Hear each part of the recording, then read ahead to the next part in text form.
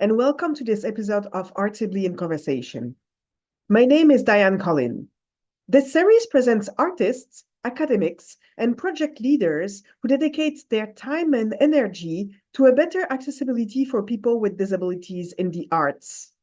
You can find more of these conversations on our website, artsably.com, which is spelled artsably.com.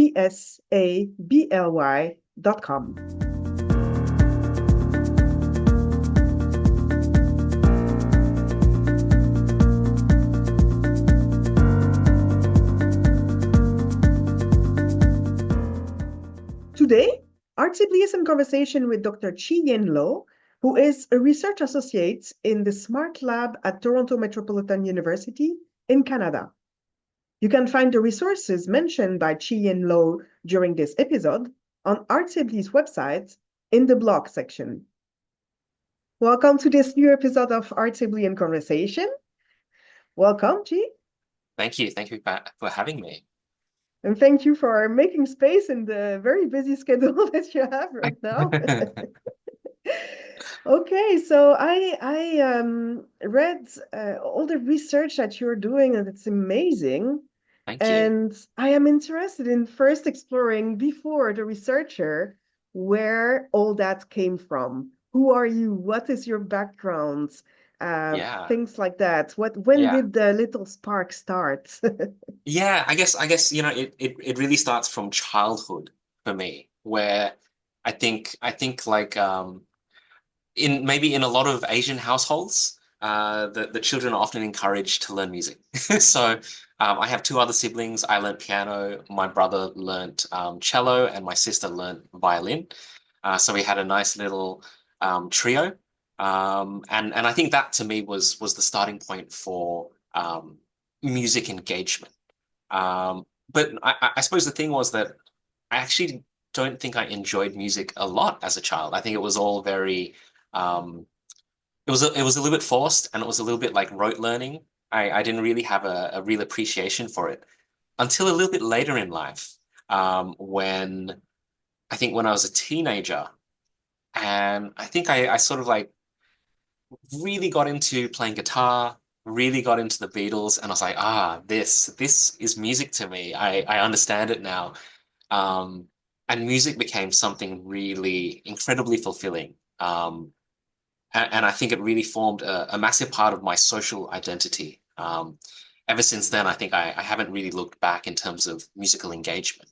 Um, I subsequently became a audio engineer when I left school, and I used to do a lot of I did a lot of live shows, and I had sort of two sort of streams of types of shows.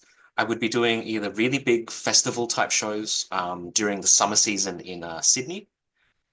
There would be massive acts. It could be, for example, I did some work with Brian Wilson from the Beach Boys, Silver Apples, Nick Cave, Missy Higgins, some big Australian artists. But my main gig as well, I was a touring front of house audio engineer, and I used to do a lot of work for a children's band. It wasn't the Wiggles. It was the Hooly Doolies, the poor man's version of the Wiggles in Australia. Um, and that to me was a really fascinating sort of period of my life, I suppose, where, on one hand, I'm working with adults, and you can see the importance of engagement with music. It's such a critical part, I think, of humanity, you know. But at the same time, when you see the kids interacting, you can quite clearly see it's sort of like, these are kids who have not really been trained in music. These are kids who are 2, 3, 4 years old, and they're engaging with music. They're dancing. There's something incredibly intuitive and almost instinctual when it comes to engagement with music. Um, I then subsequently, I think being an audio engineer is a or a roadie is a tough life. You have to move so much audio equipment, and you're the first one there, and you're the last one out. And I remember driving the truck back to the workshop at 4 a.m. and I was thinking, I can't keep doing this. I think I need to find something else. So I decided to go to university. Um, and I completed a bachelor degree in speech and hearing science. It, you know, I don't know how it is here in Canada, but in Australia, you've got a really thick book where it's like all of the courses and all of the universities, and it's actually incredibly challenging to find out what it is you want to do. But I saw, oh, hearing, and I thought, oh, that's something that I'm deeply passionate about. So I jumped into that degree, and I was very, very fortunate to get involved in a undergraduate internship program with Harvey Dillon at the National Acoustic Laboratories in Sydney. And Harvey at the time was the head of the National Acoustic Lab, which is the Australian government research wing that does anything to do with hearing and deafness science. Um, and I got involved in a project that was looking at spatial processing disorder, which is this condition where um, children have a lot of trouble sort of focusing their sound by integrating their ears. And where this becomes really important is in the context of listening in a classroom, for example, where maybe you are with your class and they're all sort of behind you, and your teacher is in front. And if you have spatial processing disorder, it becomes very difficult to maybe separate the sound sources. Like the teacher is here and the classmates are here, but in your mind, everything is sort of just condensed. So it was a project looking at that. Um, and they developed a auditory training program, and my mind was blown because I was like, auditory training? This is a thing? I had like absolutely no conception of this. And so I got involved in a PhD project where I really utilized all of my experiences. I looked at my experience with music and audio engineering and all of that, and then this idea of auditory training. So my PhD started to explore the benefits of music for deaf and hard of hearing children. So that's, I guess, the short journey of how I've come through to that. I'm currently a senior research associate at the Smart Lab at Toronto Metropolitan University. I'm also affiliated with Macquarie University, where I'll be taking up a new postdoctoral position in the new year, investigating neurodivergent auditory processing. I also have an honorary appointment with the Australian Institute of Health Innovation. And finally, the last hat that I'm going to put on is I do work with the parents of deaf children. So I'm currently the secretary, but in the past I've been the vice president. And the Parents of Deaf Children are a non-profit charity organization that supports deaf and hard of hearing families. It's really about providing families with as much sort of, I guess, unbiased and really informed information so that they can articulate and make the best decisions for their family. So I guess that's my basic introduction in a nutshell. Can you give us a little bit of details on, for example, I know you did a lot of work about cochlear implants. You did research and you did processing, and back in Australia, but also what you're doing right now in the lab. Yes. So can you explain what you're doing Yeah, exactly? definitely. So it was a very rich experience in Australia because um, I was based in the Australian Hearing Hub at Macquarie University, and literally next door, about 50 meters away from us, was Cochlear headquarters. So it was an excellent opportunity to really do some collaboration with Cochlear Limited over there. And I have done some consulting with them on some of their music applications, for example. So a lot of my work coming out of my PhD and sort of continuing since then was really looking at music and deafness. And I think when I talk about music and deafness, I guess the first thing that sort of comes to our mind is, okay, in this sort of contemporary context, it's sort of music and hearing aids, music and cochlear implants. And a lot of people are often like, "Oh, that's it must be such a new topic, such a new experience." But I think what's really fascinating is, and I'm just going to pull up a slide on here because I want to read this section, because it actually comes from the American Annals of the Deaf, and there was an article from 1848. Okay, so this is 250 years ago. This is predating like essentially the fields of like the professionalization of audiology and psychology almost. And the article was Music Among the Deaf by W. W. Turner. And in this, and I just want to read this quote here. He writes this here. We have often been asked the question by visitors, have the deaf any idea of sound? We have answered, they have no more idea of sound than the blind have of colors, as the idea of sound can be imparted to the mind only through the sense of hearing. Those who are totally deaf must therefore be wholly destitute of any such idea. So these are very, very powerful words. And again, this is coming from the context of 1848. They may know much about sound, may know how it is propagated, its law of transmission may be familiar to them, and still they may and must be entirely ignorant of its nature. Another question is sometimes asked, whether the deaf can be taught music. This question, like the first, we have answered in the negative, presuming that hearing is indispensable to its acquisition. But this is the important part right at the end here. A little reflection might have led us to a different conclusion. And fortunately, W. W. Turner did spend a lot of time reflecting. He was very lucky because he met a young woman who was profoundly deaf. Her name was August Avery, and she had been trained how to play piano. And he was absolutely gobsmacked. He couldn't believe it at first, but when he realized to some extent how wrong his initial conceptualization of what music and deafness sort of that interaction meant, he really turned his idea around. He subsequently became a real champion for deafness and music. And so for me, I think historically and even to this day, there's a real sort of prioritization that music engagement is all about hearing.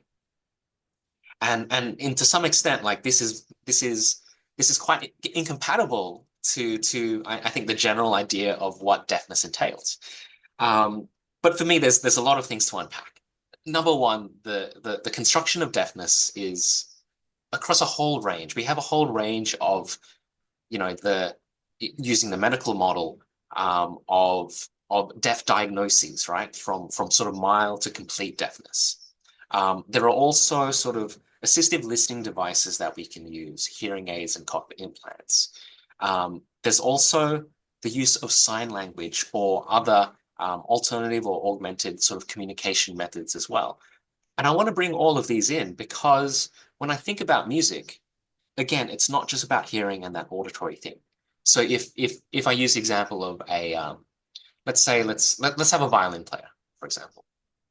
Now we've got our violin player and maybe we set them up and they've got their sheet, their score in front of them. And so we've got the action, right, of playing. We've got motor control here. So we've got this motor system being engaged. We've got the use of the visual system because we're looking at the score. We also clearly have the auditory system, and it's a bit of a feedback loop because we're trying to play something and we want to hear it, and we might make adjustments if we're not playing the right key. But now let's say maybe we remove the sheet music. Now we're leveraging, executive functioning and working memory. Maybe we ask the violinist, please compose us some music. So again, we're leveraging all of this cognition and creativity. Maybe we turn it into an ensemble, and now we've got this group and social dynamic happening. So really the function of music, yes, audition is a part of it, but it's massive in scope. And I think when we think about it in this multi-sensory perspective, that's a much better way of looking at how music can be universally applied, irrespective of what sort of capacities you might have. And then we can also think about how we can generate benefits through this conceptualization of music. So my work with sort of cochlear implants and hearing aids and deafness in general, it really stemmed from some of my interactions that I had with sort of family members to begin with, where a lot of them would tell me that number one, in the Australian context, a lot of deaf and hard of hearing kids are mainstream educated.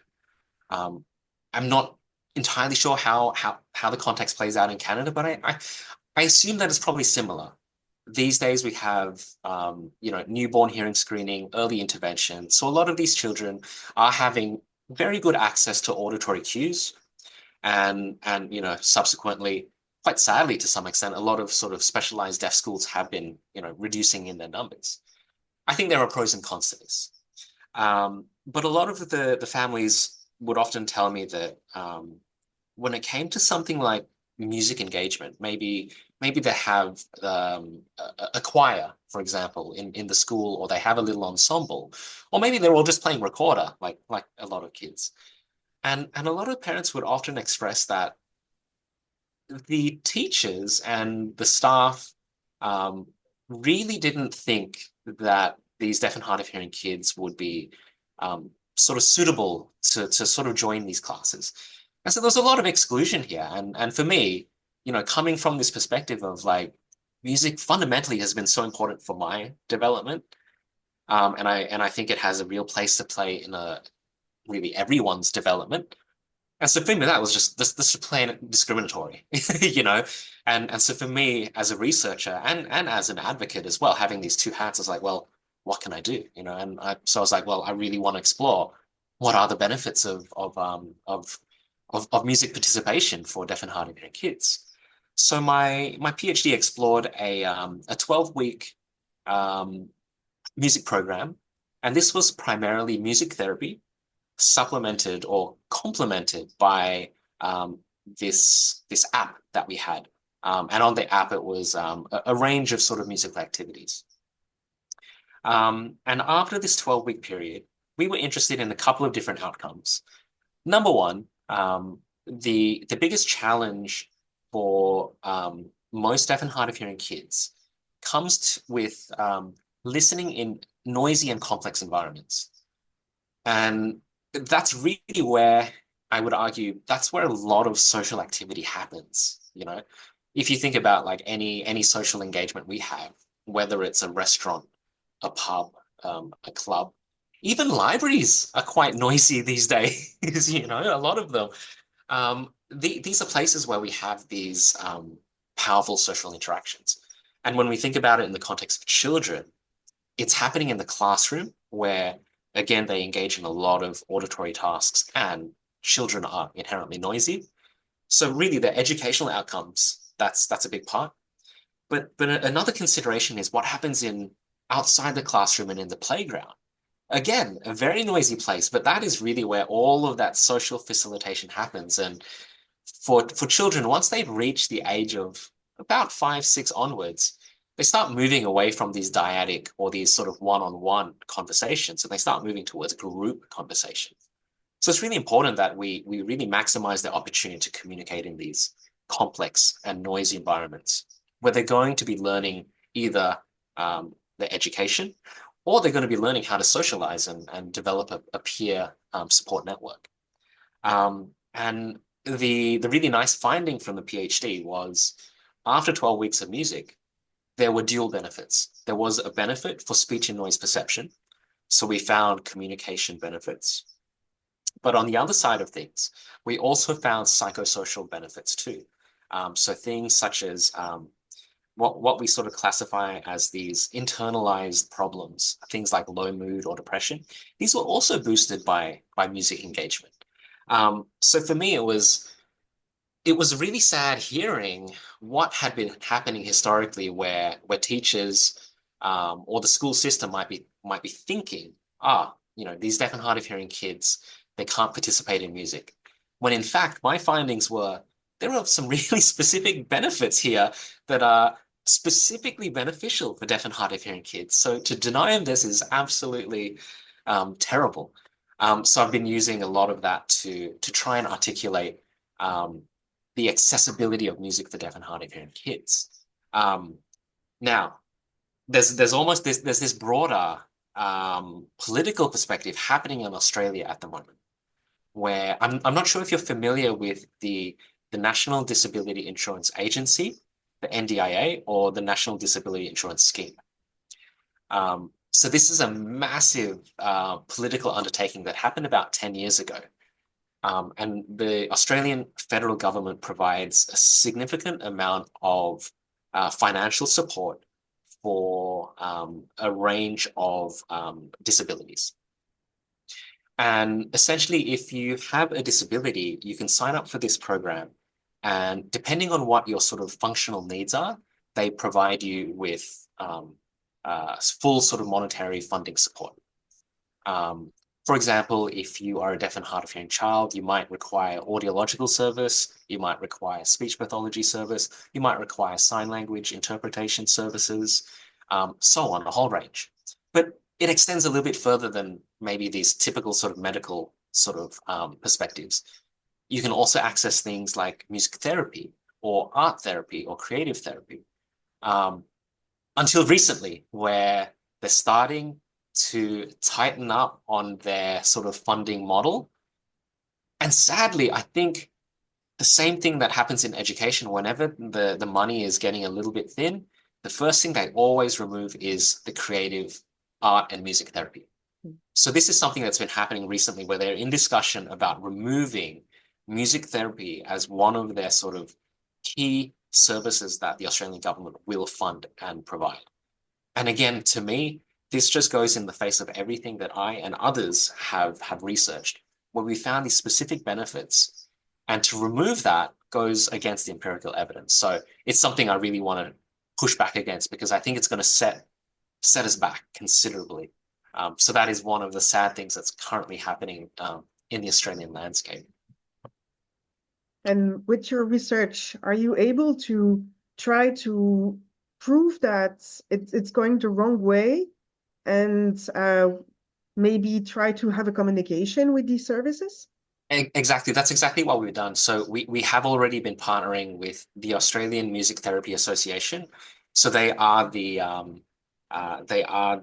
peak body that represents sort of music therapy in Australia. They are the ones who are most affected at the moment. So we have been writing as many letters of support as we can, and a lot of other even like the field of audiology. There are a lot of people in there who have been able to amplify our voice as well. So we have already had discussions with some of the key politicians. So hopefully, come the new year, they're gonna have a bit of a rethink, because I would love to see music and creative and art therapy still maintained within the National Disability Insurance Scheme. And this is your the I wouldn't say the study cases because it's not human enough, but the people you work with, it's mostly children, or did you work also with adults? I've also worked with adults, so that was really the start of my PhD, but I've since sort of expanded. A lot of the work now actually continues through my current PhD student. So I want to have a shout out to my absolutely wonderful PhD candidate, Felicity Bleckley. She's a bilateral cochlear implant user, and her PhD is really focused on some much more complex ideas now around music and deafness. Her PhD is really focused on, number one, a specific type of deafness. So whereas I was looking at things such as congenital or prelingual deafness in the context of children, she's focusing exclusively on postlingual or almost like age-related hearing losses, where we do know as a sort of typical function, our hearing does decline with age.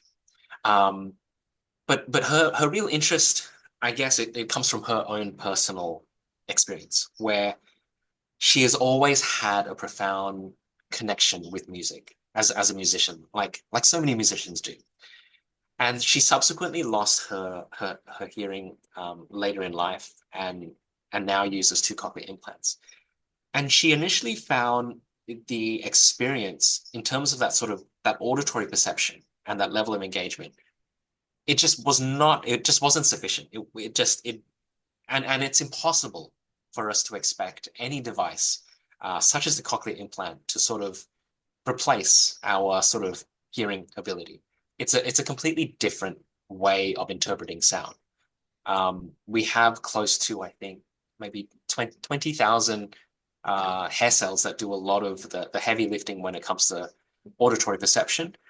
And when we look at the cochlear implant, we are down to 20 electrodes, maybe trying to do the job of 20,000 hair cells. So we lose a lot of the acuity.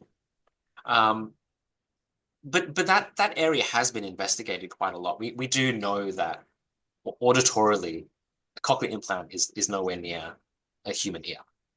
But the area that Felicity is really interested in is a lot more nuanced, a lot more psychological, where it's like, okay, well, what is the consequence? You know, how do people engage with music when they have a postlingual deafness? And how does their relationship with music change? So, for example, you know, she often talks about how there is such a massive grieving process for her. Because on one hand, you know, she hasn't just lost some hearing capacity. She's also lost that connection and that engagement with music to some extent. And so a lot of our research is trying to understand, well, how can we get that level of engagement back? How can we maybe reframe music to some extent? So it's really interesting as well, where I think some of the methods that Felicity is using as well. It's not a very traditional scientific study, you know, like where, you know, maybe we have a battery of questionnaires and we bring someone into the lab and we're like, oh, can you tell us what this sounded like, and look at the performance, you know, very stereotypical standard psychological experiment. In this case, Felicity's asking for a whole battery of very interesting things, where we ask individuals to send us little snippets of music that might have some very personal significance, some meaning.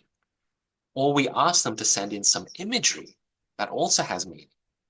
And we start doing analyses of this, or a little biographical written two-page piece about their experience as well. And we're sort of triangulating all of this data to have a more holistic perspective of what music might mean. And I think what's really interesting is how, for a lot of these individuals, there is this initial grieving period where there's a massive period of loss, where for a lot of them, and I think I'd be the same as well, you know, music has always been there for me. It doesn't matter, you know, in what sort of emotional state I'm in, if I'm happy, if I'm sad, if I'm high, if I'm low, if I need a boost or if I need something to calm me down, music is always there. But you imagine when you lose that sense that connects you primarily, or the sense that you have always associated through hearing with music, and you lose that, and you are also grappling with your new sense of sound.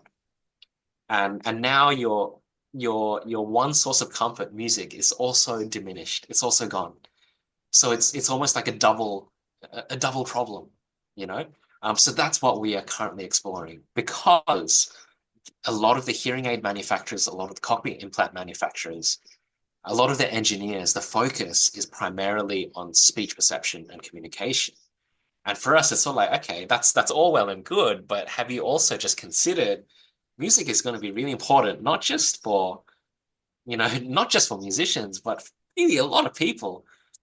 So we really want to look at ways in which we can improve the acuity of these devices on one hand, but we also just want to understand, okay, what's really happening, and how can we maybe develop programs in the future that might be able to articulate this a little better, or maybe even just communicate this with audiologists, so that they are going to be fundamentally aware of what the needs are.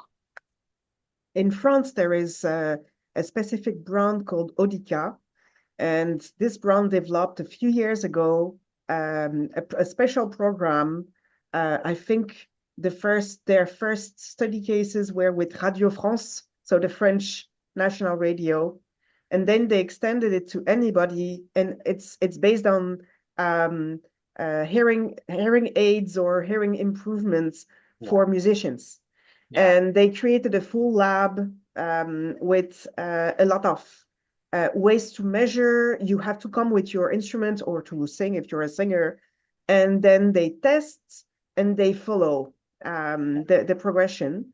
And they have developed a special kinds of hearing aids where it's way more improved than any other hearing aids. You have way more settings, you have way more channels, Yeah. and you rechecked very frequently. And I followed their study, and it's very, very interesting. I wonder if you had that kind of experience to test with instruments directly with the participants. Yeah, so well, in Felicity's study, that's not the focus, but that was the focus of some of my work previously and some of my other work as well. So we are very interested in, I guess, looking at different types of perceptual judgments. So one of the tasks that we do look at um, in the pediatric study was, how they can identify different instruments. Um, it's also really interesting, I suppose, because a lot of parents often asked me at the end of the study, oh, okay, my child really enjoyed participating in music and we want to continue. What instrument can you recommend? That's probably the most common question I've always been asked. What instrument can I recommend? And for me, there's a couple of ways to answer this. So perceptually, pitch is going to be more challenging than rhythm. So you could argue that going for percussive instruments is like an easier choice if maybe you're looking at getting them into music to begin with. But I don't necessarily think that's the best approach because there are other different types of instruments where even though their pitch perception might not be as good as a typical hearing child, for me that just doesn't matter. I think it's the same concept in I am not going to have as good pitch perception as a professional musician. It doesn't mean that I'm not going to just try playing piano anyway. You know, Piano also has the advantage where you can see all of the keys distinctly, and they're labeled and organized in a very sensible way from low to high in pitch. Um, it's similar in a guitar or a stringed instrument, but there's a little bit more complexity as well because you have those multiple strings happening.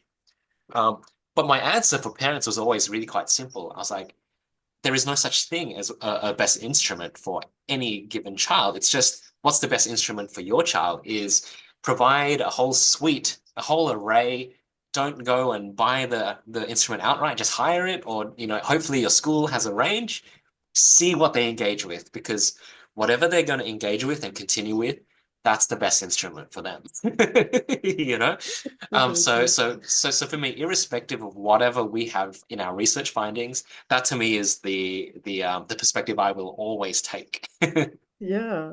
And did you hear of this study in Melbourne, by the way, speaking of Australia, and with the Melbourne University, and they paired with the conservatory, and they also paired with someone who's an organologist, so someone who studied the instruments themselves, and they have improved, or at least they constantly improve the use of instruments for their musicians with disabilities.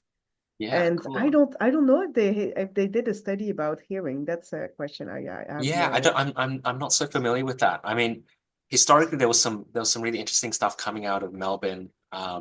They were doing, for example, they got a they wanted to develop some concerts for cochlear implant users, for example. So they did a lot of work with audiologists and individuals with lived experience, and then pairing them with composers, and basically looking at how there is going to be a difference in hearing hearing. So you want to tailor the sound for someone with a cochlear implant. And a lot of work has been done on that actually, where cochlear implant users have a preference for the vocal track. They want the vocal track to be maybe 3 decibels louder, just a little bit louder than a mainstream mix, just to be able to hear the vocals and the lyrics and the melody just a little bit more. So these are some interesting things that are being done. There's also a sort of a deaf musician advocate in Australia called Asphyxia. And they developed a program called Amplio, where it's looking at how some of the song composition and the song mix can be adjusted for a deaf and hard of hearing population. So I think there's a lot of interesting work being done in this space. I have a question for you as a musician. Yeah. All this research, how did it affect your perception of music as a musician? Oh, I think it made me realize the multisensory nature, number one. Like I think before sort of becoming a researcher, I think I also had that bias where it's like, oh, it's all about my ear, it's all about the hearing. But when I really took a lot of time to reflect on it, it's like, no, there's so much more to it. And I think that that sort of perspective, it just broadens the possibility of what music can be and what music can mean. So to me, it's just expanded my scope of, I guess, musical engagement and musical practice. On the other hand, because I'm so busy as a researcher now, I've lost my calluses on my fingers. Like I actually don't have enough time to play. I do a lot more research and a lot more listening to music than I do getting to play music. But to be fair, I guess I think there are I would probably prefer listening to other musicians than listen to myself anyway. So I'm comfortable with that. I think we all have our specialties, and I'm a better researcher than I am a musician. So what does it mean for you to work in that kind of research environment where you promote disability culture and you work about accessibility in the arts? What does it mean for you? For me, it's something that I'm number one, I'm deeply passionate about. Like that's my selfish perspective. I'm doing this because I love it. But I also want my passion and my research interest to be reflected and to have application.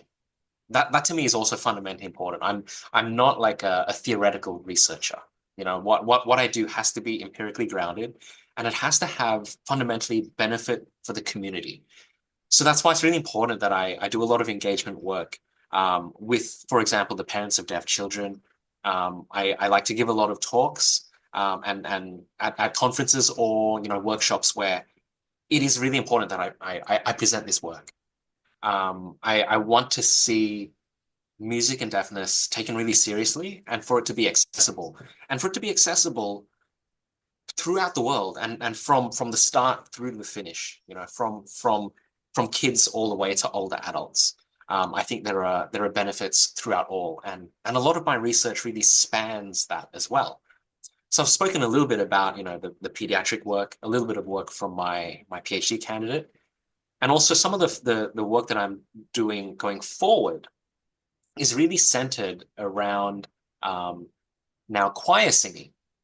Some of my most recent work, we are looking at projects with Singwell. The Singwell project is housed at Toronto Metropolitan University and is co-directed by Professor Frank Russo and Dr. Arla Good. And it's really about generating and examining the benefits of group singing for populations which have some sort of communication disorder. So this can be anything from aphasia, Alzheimer's, and in my case, hearing loss. So I'm leading a multi-site study where we are going to examine 12 weeks of choir singing in older adults. And specifically, these now are older adults with what we sort of classify as unaddressed hearing loss. So these are older adults who typically through aging, their hearing sort of drops off a little bit. And the sensible thing to do for most of these individuals would be see an audiologist and, consider whether or not they're going to get benefit from a hearing aid. Because in most cases they will. But there is a lot of stigma attached to assistive listening devices. And in about 70% of the cases where they would likely benefit from a hearing aid, these adults actually just don't get a hearing aid, or they might have a hearing aid and it's just in the bedside table. Very, very, very common. And the stigma is incredibly powerful. Um, but it's really interesting because when I've spoken to some of my sort of audiologist colleagues, you know, this is the anecdote I always like to use, where this older gentleman turns up, he's got spectacles, he's got white hair, um, he's got a walking stick, he's got a bit of a hunch, and comes into the audiologist appointment and subsequently told that he would benefit from a hearing aid. But he refuses because he doesn't want to look old, you know? And and that is often a rationale that's used. And it's like, okay, that's an interesting perspective given everything else that we can see. But that's how strong this stigma is. It is often attached with a lot of these sort of ageist, ableist sort of perspectives. Um, so really for us, actually, one of the most interesting things is, well, on one hand, I've already found that music training seems to benefit children, who are deaf and hard of hearing. Now we want to know, can it apply to an older population?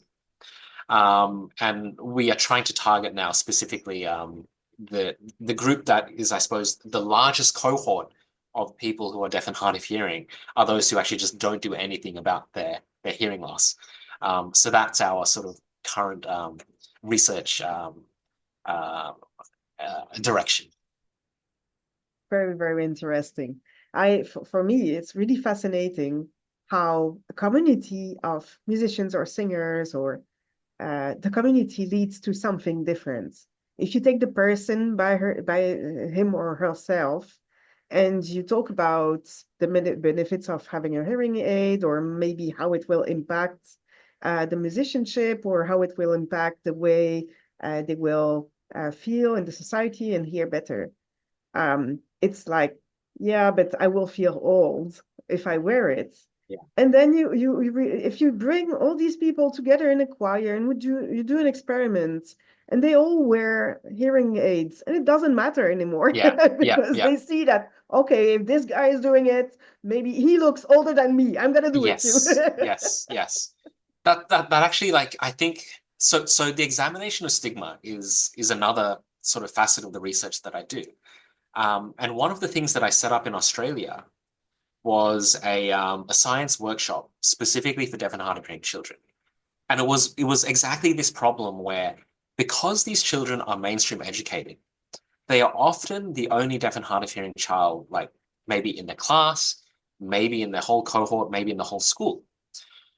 And when they come to these workshops, which are designed specifically for deaf and hard of hearing kids, a lot of the children have often come up to me and they've just looked at me. It's like, this is just so cool. Like, I've just actually never met another deaf kid. And they often write that they write to us and they'll be like, oh, it's so cool that like everyone here just gets it about deafness. So I don't have to just constantly explain to my teacher, like, okay, this is like these are my hearing aids, and I'm going to connect my radio frequency device. I'm gonna put something on a little lanyard on you so that I can hear you. Please make sure that you switch it off when you go to the washroom. You know, all of these little things that you can easily, slip your mind. But we provide we have assistive listening devices, we have deaf awareness training for all of our educators. Everything is captioned, everything is provided also in we have written handouts for all of the experiments. And then we also remove any science experiment that's going to be maybe very loud or very, very reliant on hearing, for example. So there are lots of ways in which we can engage, as you say, with the community, and fundamentally bringing these kids together, normalizing their deafness and for them to meet a peer support group. When will that happen? This Singwell 12 weeks? So the Singwell will be kicking off at the end of winter, so the start of spring next year.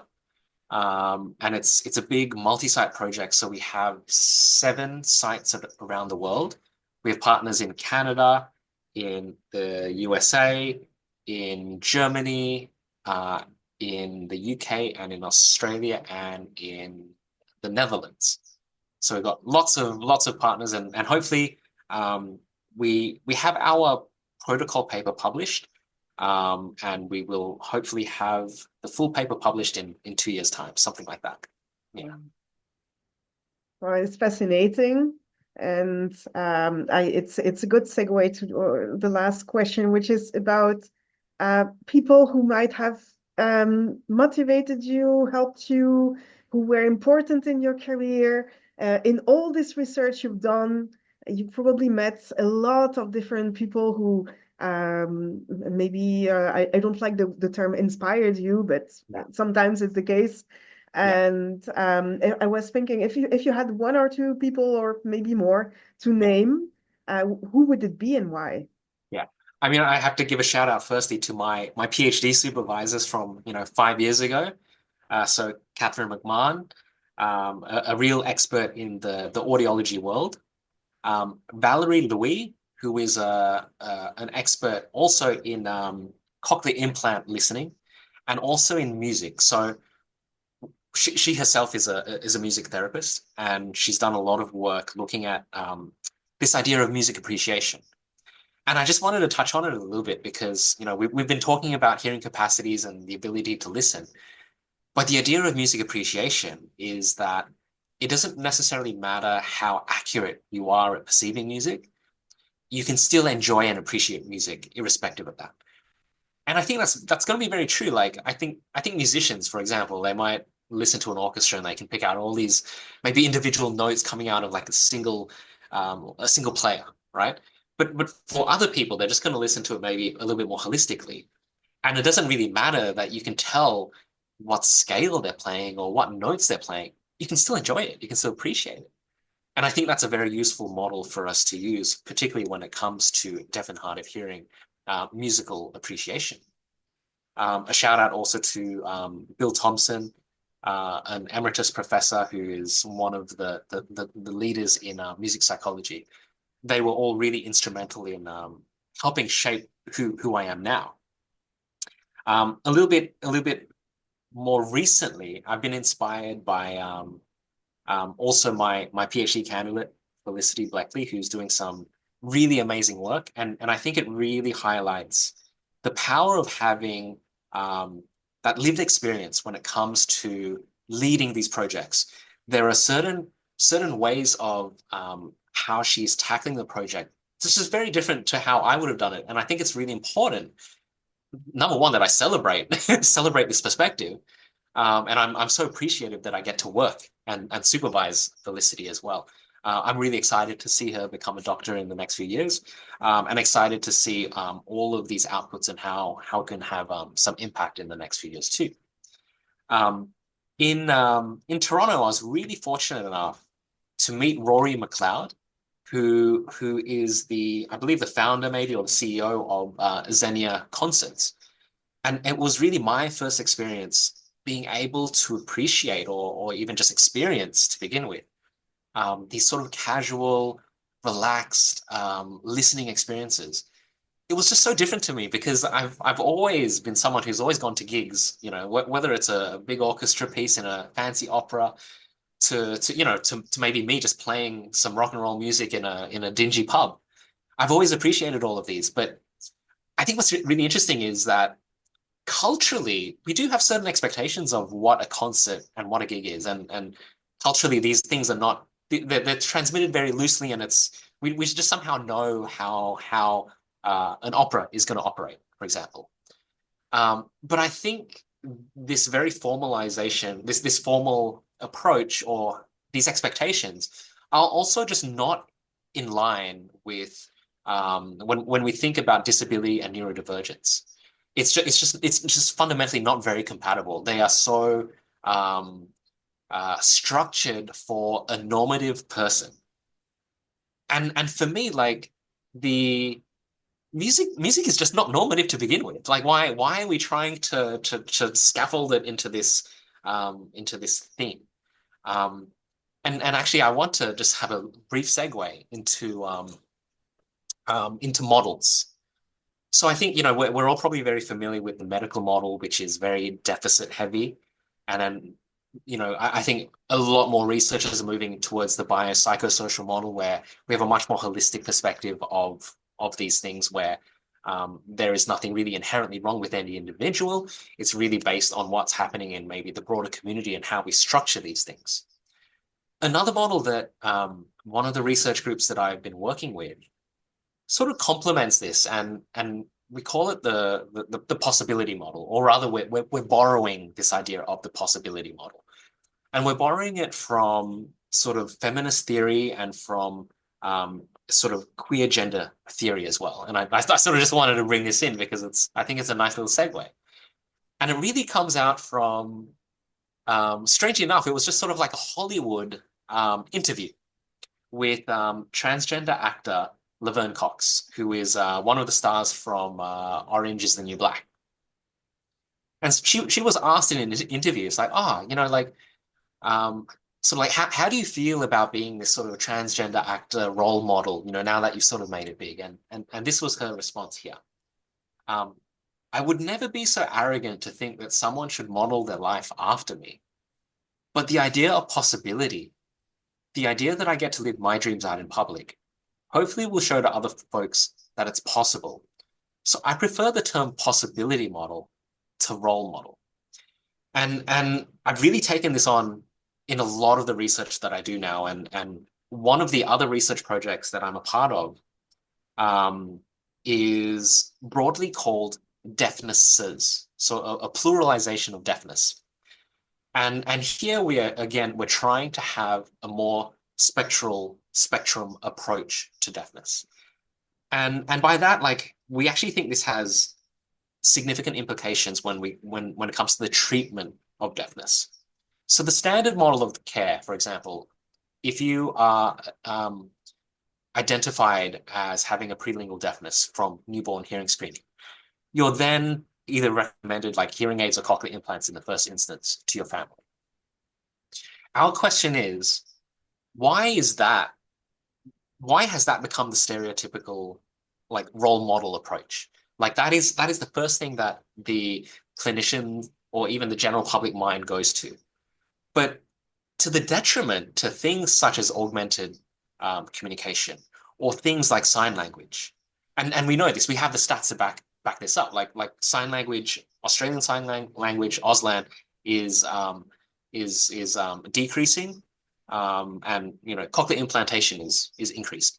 So there's a clear relationship here, but we feel like it's a bit uncomfortable if that becomes your stereotypical role model approach, where it's like, okay, if you have a deafness, you become a cochlear implant user.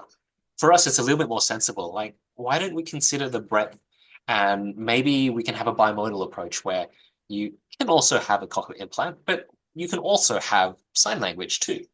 We don't want to really force anyone down this specific path. And so again, this idea of possibility model, I think, really has imparted itself upon me in almost every way that I think about life and think about research. So again, coming back to Xenia, I think again it's this idea of really embracing the possibility model. When you go to a gig, there's not necessarily just one way in which you can appreciate it. And taking this spectral approach, we need to be not just accommodating of everyone, but really just it's that full acceptance and like full wanting to have maximum flourishing almost, right? We want to really maximize the opportunity and the engagement. And I really love that Xenia concept model where we are to some extent deconstructing what it means to have a concert. And I kind of love that, as someone who really enjoys the work of like John Cage, where you can really go outside the bounds of what like music should be. I'm all for that. The very last person I want to have a quick shout out to is Ben Brown, who is a deaf percussionist. And I was fortunate to meet him in Ottawa maybe two years ago. And he was running a workshop was almost this philosophical way of listening. And I just really appreciated his approach. You know, you can imagine like I've been engaged in listening, and I'm a musician, someone who studies music psychology, someone who is really fundamentally engaged with this. And yet, some of the things he was talking about was really new and really quite mind-blowing, mind-expanding. And I appreciated how he was able to introduce me, I suppose, to new ways of listening. And that to me, again, is really falling within everything that I've said so far, this idea of this possibility model, these new ways of interpreting sound, pairing that with vision, pairing that with tactile touch. And I think, again, coming back to this idea of music as multisensory, hopefully I've done a sufficient job in tying it all together right at the end. Well, thank you so much. And good luck with everything that is happening right now in present and future. You Yeah. have lots of work that is coming on that. Lots of writing too, because all that is Yes. going to become great articles, and that for Yes. sure. And yeah, thank you so much. And I'm sure we're gonna cross path again in some projects. So Yes. yeah. I will have to find a way so that you can come visit me in Australia. There's lots of projects I want to do and lots of people I want to partner with. So we'll try and make some things happen. Thank you so much, and have a fantastic day and talk soon. Yeah, thank you so much. Thank you for having me, Dan. Thank you. Bye. Bye.